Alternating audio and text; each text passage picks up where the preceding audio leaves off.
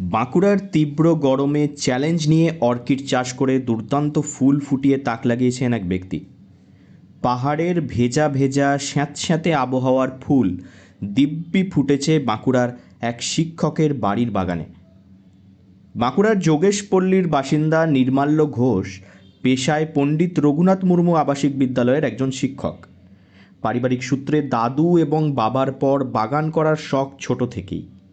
সেই কারণেই বাঁকুড়ার তীব্র গরমেও চ্যালেঞ্জ নিয়ে অর্কিড ফুটিয়ে অবাক করেছেন তিনি। সবচেয়ে বড় কথা, গোটা বাগান জুড়ে 100রও বেশি গাছ থাকলেও একটিও অর্কিড মাটিতে নেই। কাঠ, কয়লা অথবা নারকেলের খোলার মধ্যে অর্কিড লাগিয়েছেন তিনি, আর তাতেই এসেছে দুর্দান্ত সাফল্য। এই গাছগুলো কিসে হয়েছে? এই গাছগুলোতে অভিনবত্ব হচ্ছে, এই গাছগুলোতে একটা তো মাটি নেই। আচ্ছা, এই গাছগুলোর মিডিয়াটা হচ্ছে আপনার বিভিন্ন ধরনের কাঠকয়লা। এই দেখুন, এখানেতে কাঠকয়লা দেওয়া আছে, কাঠকয়লা। তারপরে হচ্ছে আপনার পাথর, মানে এই যে খোলাংকুচি বা আপনার ইট ভাঙা, তারপর নারকেল ছোবড়া। আবার একটু বড় গাছ হয়ে গেলে গাছগুলোকে শুধু কাঠের গুঁড়ির সঙ্গে বেঁধে দিলেও আপনার হয়। আচ্ছা।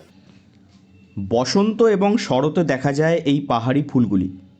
নির্মাল্য ঘোষের বাড়ির বাগানে রয়েছে ডেন্ড্রোবিয়াম, ভ্যান্ডা, ক্যাটলেয়া, অনসিডিয়ামের মতো অর্কিড প্রজাতি।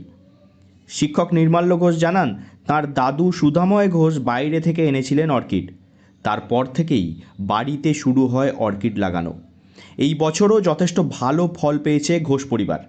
পরিবারের প্রায় প্রত্যেকেই যুক্ত আছেন বাগান চর্চার সঙ্গে। গাছ মোটামুটিভাবে 100-র উপর গাছ আছে। বিভিন্ন রকমের গাছ, যেমন ডেন্ড্রোবিয়াম, ফেলানক্সিস, ভ্যান্ডা ইত্যাদি নানা রকমের গাছ এখানেতে আছে।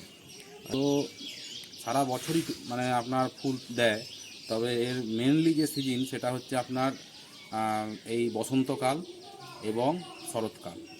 হ্যাঁ, এটা হচ্ছে একটা বড় চ্যালেঞ্জ বলতে পারেন। আমাদের বাঁকুড়া যারা আমরা গাছ করি প্রত্যেকেই এটা একটা আমাদের এই সমস্যার সম্মুখীন হতে হয়। এই যে প্রখর 40 ডিগ্রি টেম্পারেচার, সেখানেতে এই গাছ ফোটানোটা একটা সত্যিই খুব চ্যালেঞ্জ।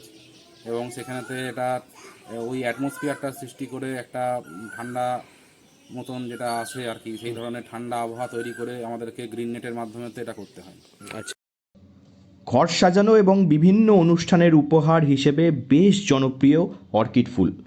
বাণিজ্যিকভাবেও ভালোই সফল এই অর্কিড ফুলের বিক্রেতারা।